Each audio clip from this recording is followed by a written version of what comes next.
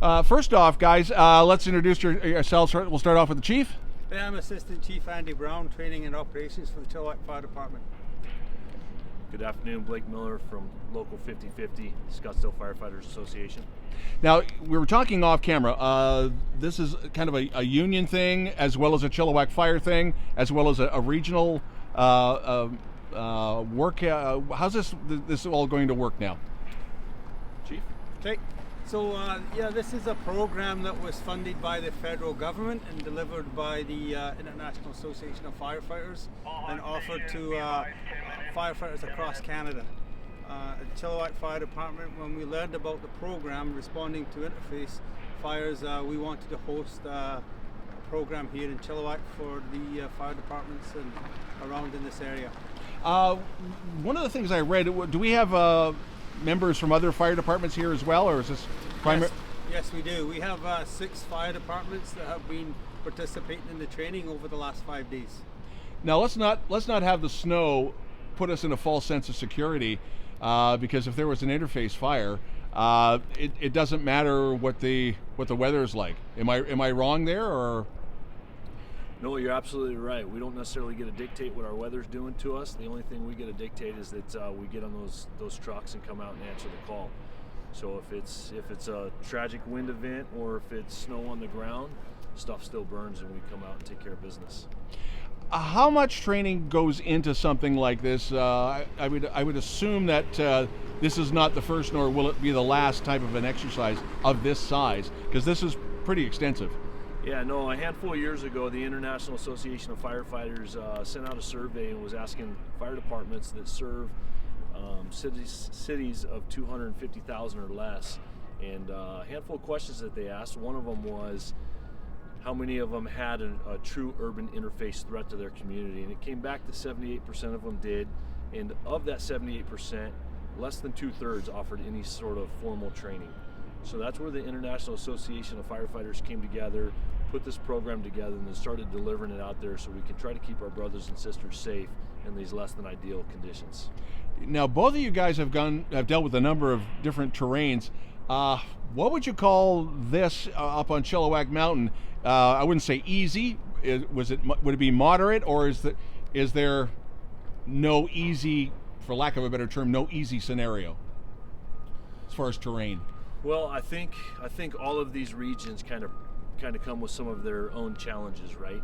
So when we look at this extreme topography, that's going to be one of the things that dictates our fire behavior. And then you put a little bit of wind with it. So traditionally here in Chilliwack, your guys' wind and your guys' storms are coming from the Vancouver area. When that turns around and you guys are getting the drier air and the lower relative humidity that coming kind of from the Kamloops area, it's going to dry those fuels out, and it's going to cause fire behavior that's 180 degrees different than what we're used to. And with a scenario like this, there's one thing about your crews going into quote unquote a standard house or a standard building. Put a terrain like this where you've got cliffs and all that. Is there extra training, literally mountain climbing for you guys? What goes on with that? I'll let Chief handle that one. Yeah. No, there's no mountain climbing training, but there is a completely different training for working a house fire inside the structure as opposed to defending a community from outside.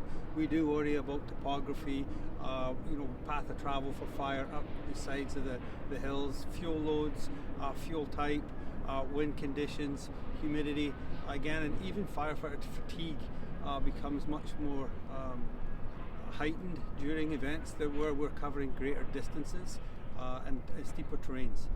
So it's going to be that much harder for the firefighters, and especially if the weather is warmer as well.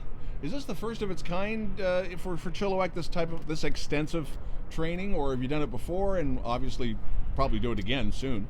Yeah, Chilliwack Fire Department welcomes all kind of training for different events, and we like to think that this will not be our first, and it will be ongoing for our crews once we've invested in the initial. And basically, this is what this is for us. It's the initial introduction to this type of training for these events, and then we've actually have one of our firefighters who's becoming a master instructor, and then they will continue to deliver and make sure that our crews are up to current industry standards as we move forward. We'll also probably bring this course back again, because like I said, there's 6 departments here today. We have a lot more firefighters that haven't had exposure to this training, and we'd like to get other firefighters exposed to the initial training as well as ongoing continuing education credits on this training. Elephant in the room, putting you on the spot, but I believe it was BC Wildfire that said literally a couple of weeks ago, drought's going to come earlier this year. The last 2 years were bad. This could be the worst. Have you been in contact with provincial regulatory people saying, they're right, brace yourself? No, we haven't, but again, we know the risk is great. And the BC residents are very aware of the risks and impacts of wildfire becoming an interface fire.